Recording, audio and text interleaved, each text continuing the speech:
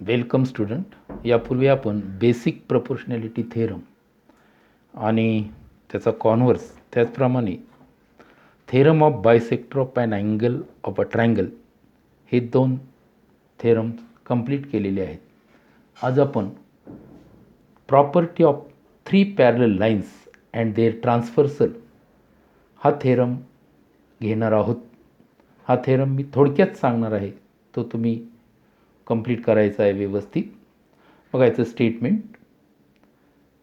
The ratio of the intercepts made on a transversal by 3 parallel lines is equal to the ratio of the corresponding intercepts made on any other transversal by the same parallel lines.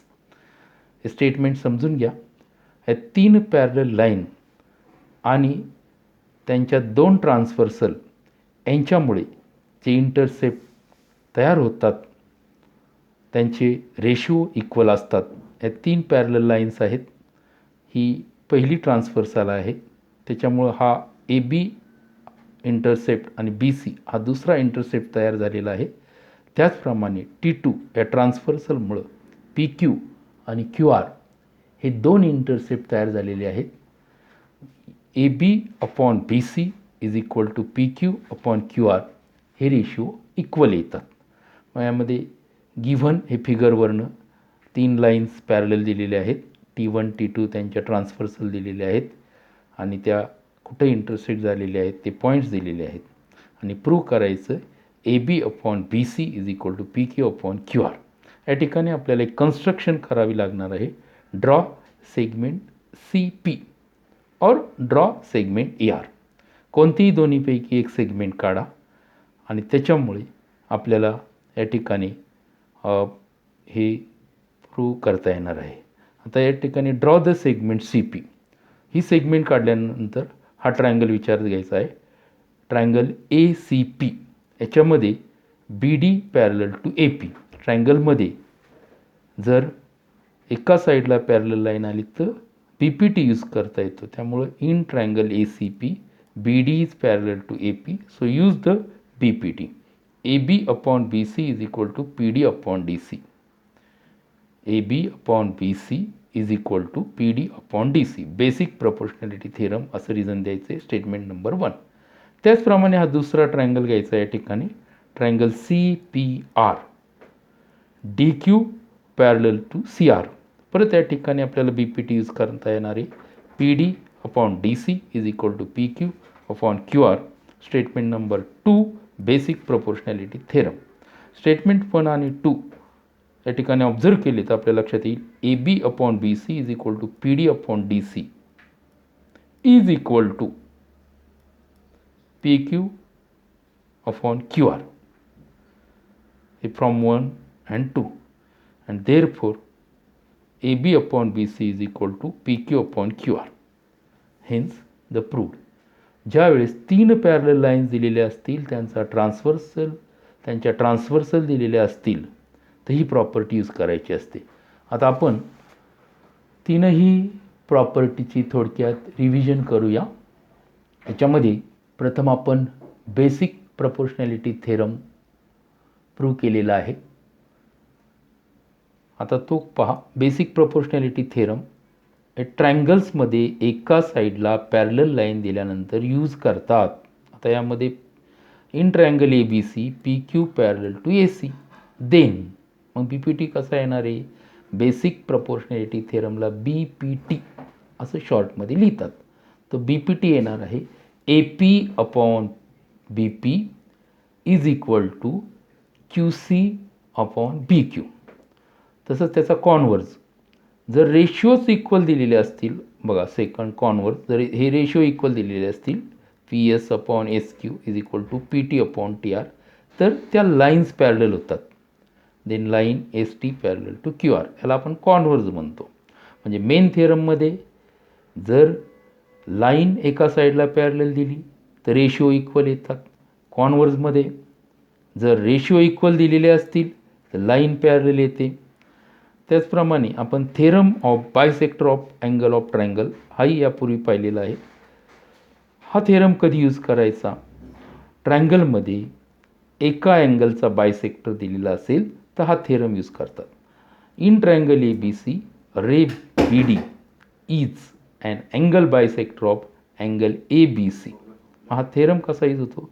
Then AB upon BC is equal to AD upon DC. Angle bisector theorem जर ट्रायंगलमध्ये एका अँगलचा bisector दिला असेल तर use करतात. आणि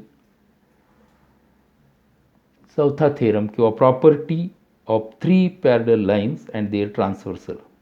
जर 3 parallel lines दिलेल्या असतील आणि त्यांच्या 2 ट्रान्सव्हर्सल दिलेल्या असतील तर त्या ठिकाणी property of 3 parallel lines and their transversal हा थेरम यूज करतात. आता या फिगरमध्ये line AX parallel to line BY parallel to line CZ and line L and line M are their transversal.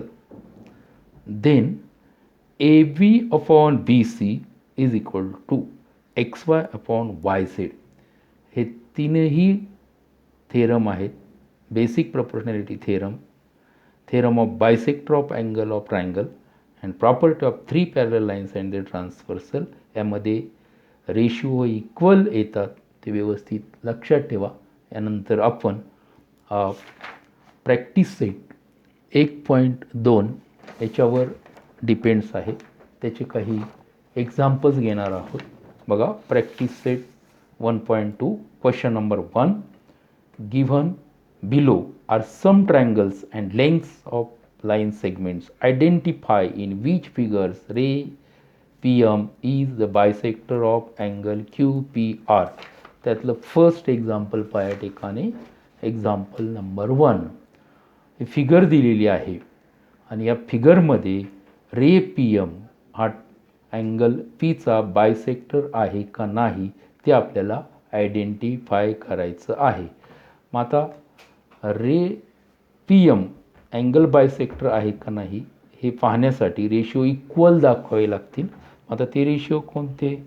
PQ upon PR is equal to, now PQ is 7, PR is 3.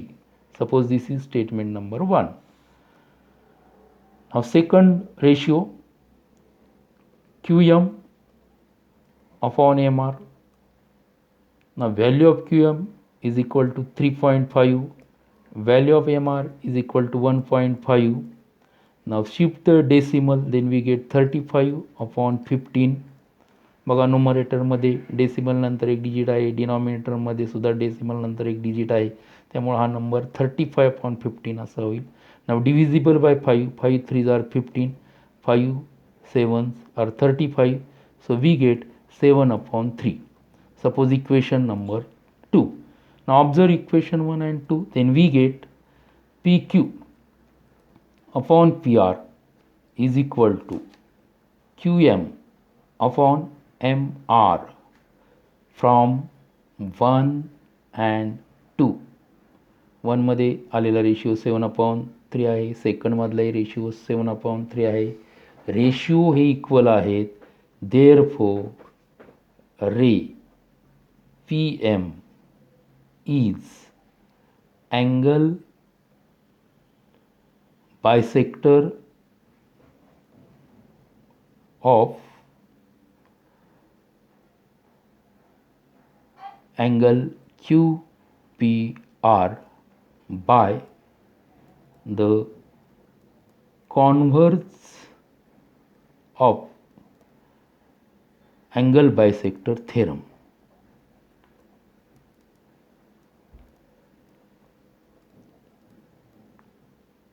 याचप्रमाणे question 1 मधलं second आणि third example सोडवायचं आहे.